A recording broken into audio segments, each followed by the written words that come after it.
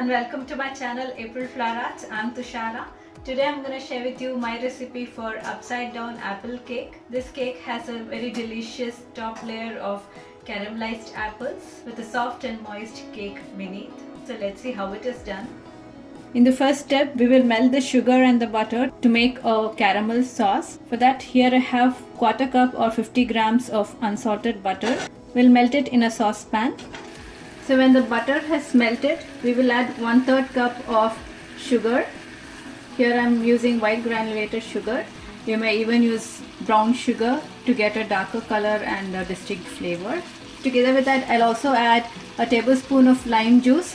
This prevents the sugar from recrystallizing, and we'll start to melt the sugar. So you see, sugar has melted and it has come to a boil. So we'll keep stirring for some time. Here I have a 9-inch round pan. You may even take a square pan. Into that I'll spread this sauce. Try to spread it as even as possible. So I had already buttered the sides of the pan. In the next step, we will arrange the apple slices. Here I have taken 2 medium-sized apples and cut them into thin slices like this. We'll arrange these apple slices. If you are using a square pan, you can arrange them in rows. So in this way, I have arranged the apple slices in a spiral manner. Try to make it as pretty as possible, because since it is an upside down cake, this layer becomes the top surface once we bake the cake.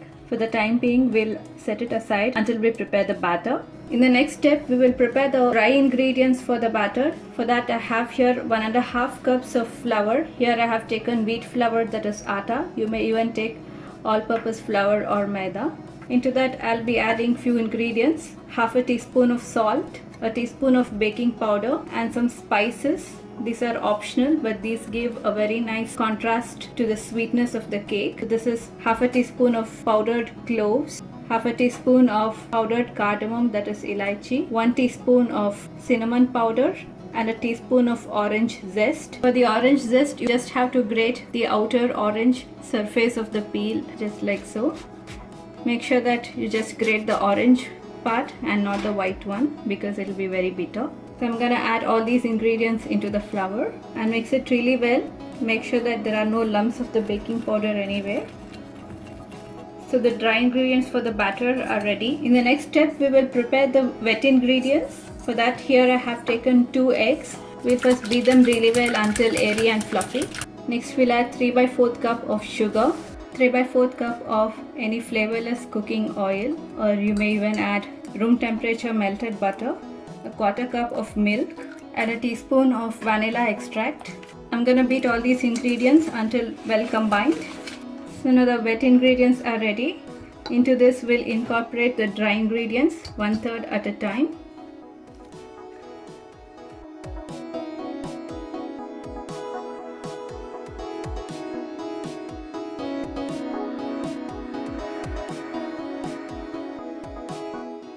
The batter is ready. Make sure that it is lump free, as well as take care not to over mix or beat the batter, or else you will end up with a tough cake.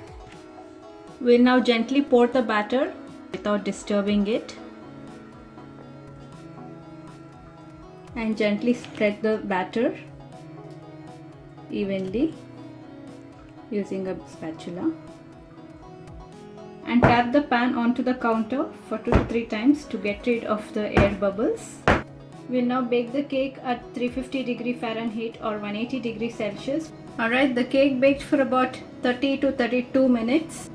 And to check the cake whether it has baked completely, we will insert a clean knife or a toothpick into the center of the cake. And if the knife comes out clean like this, it means that the cake has completely baked.